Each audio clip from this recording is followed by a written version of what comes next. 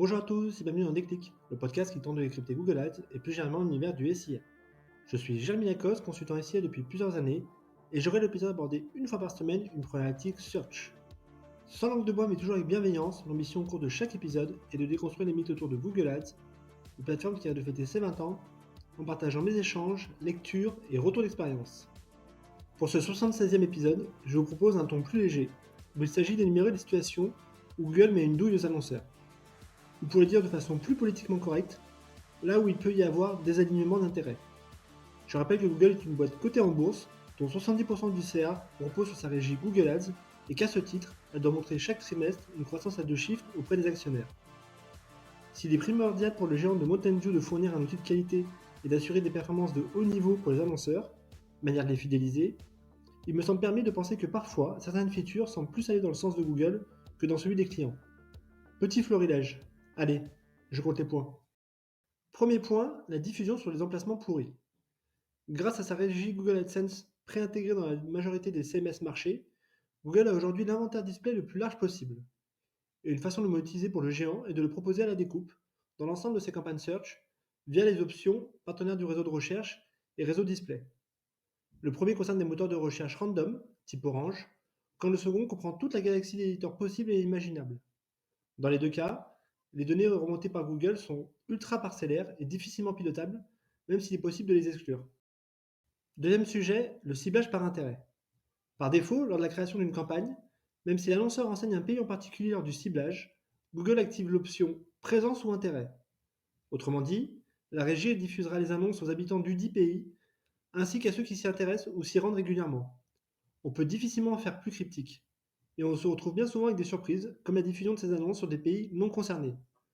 Pour contrer cela, je recommande d'activer l'option présence et d'exclure tous les pays non concernés. Troisième point, la perte de contrôle du CPC. L'ironie de l'histoire à laquelle nous faisons face aujourd'hui est que Google, la régie qui a inventé le CPC pour driver plus de qualité aux annonceurs, est celle aussi qui est en train de le tuer. Ainsi, alors que les annonceurs sont toujours facturés au coût par clic, celui-ci semble de moins en moins maîtrisable. Premièrement, Google le fait disparaître progressivement de ses différentes stratégies d'enchères.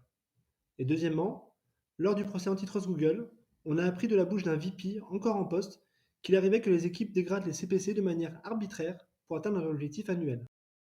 Quatrième sujet, le budget. Clairement, c'est le nerf de la guerre, et pourtant Google prend des libertés avec celui-ci. D'abord, il n'est pas possible de lui indiquer un capping au niveau du compte par exemple. Il arrive ainsi souvent que la surdépense soit la règle. Ensuite, Google a créé le concept surprenant d'impression excessive pour justifier une surdépense journalière. C'est-à-dire qu'il s'autorise à dépenser jusqu'à 2 fois le budget indiqué. À ma connaissance, aucune régie publicitaire ne fonctionne comme cela. Bref, si l'objectif de Google est de faire dépenser plus, il ne s'y prendrait pas autrement. Cinquième sujet, l'absence d'avertissement de la présence de concurrents. Avec Google, il est tout à fait possible de suivre l'intensité concurrentielle grâce au rapport de l'analyse des enchères. Seulement sur le volet marque, celui-ci me paraît être incomplet sur 2 volets. Il n'est pas possible par exemple de créer des alertes lorsqu'un concurrent se positionne sur sa marque et d'activer une règle d'achat automatique. Et ce serait quand même génial. Et il n'est également pas possible d'avoir le positionnement concurrentiel sur ces mots-clés marques si on ne les achète pas. 2 manquements qui obligent finalement un certain nombre à acheter leur marque de manière un peu aléatoire. Sixième point, la fin de l'exact. En 2021, coup sur coup, Google a annoncé la fin du broad match modifié et l'extension du match type exact. Résultat, aujourd'hui il n'est plus possible pour un annonceur de contrôler à 100% son spectre sémantique. En effet, l'exact au sens Google semble avoir désormais une signification tout autre, car il comprend les mots mal orthographiés, les pluriels, les abréviations, les accents, et même les mots apparentés. Google donne même pour exemple qu'il interprète de la même manière chaussures de sport et chaussures pour le sport. Pensé comme quelque chose qui doit faciliter la vie des annonceurs, c'est aussi un bon moyen de vendre un peu plus son inventaire. Septième sujet, la taxe GAFA. On l'a trop peu dit, mais sur la taxe GAFA, Google n'a pas été sport. Et quasiment aucun annonceur ou agence n'a protesté. Alors qu'est-ce que c'est? Partant du constat que les géants du numérique sont 2 fois moins imposés, certains États membres de l'UE, dont la France, ont mis en application une surtaxe de 3% du chiffre d'affaires national. Et qu'a fait Google? Le géant a coupé la poire en deux, à sa façon, en rajoutant 2% de taxes supplémentaires sur les factures des annonceurs. Là où Microsoft a décidé de tout prendre à sa charge. Huitième sujet, le CTR avant tout. Au moment de la mise en place d'une campagne, Google nous donne la possibilité sur le choix de la rotation des annonces. soit les faire alterner indéfiniment, soit optimiser la diffusion pour les rendre plus performantes. Sauf qu'en lisant les petits caractères, la performance ici se juge sur les clics ou les conversions. En parallèle, chez Meanto, nous avons lancé un A/B test d'annonces par ad group, certaines épinglées et jugées comme moyennes par Google, versus d'autres non épinglées et jugées comme excellentes par Google. Et devinez quoi?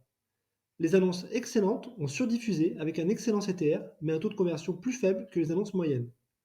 À croire qu'à la fin des fins, Google favorise surtout les clics, ce qui l'arrange, et non les conversions, ce qui nous arrangerait. Neuvième sujet, la mesure.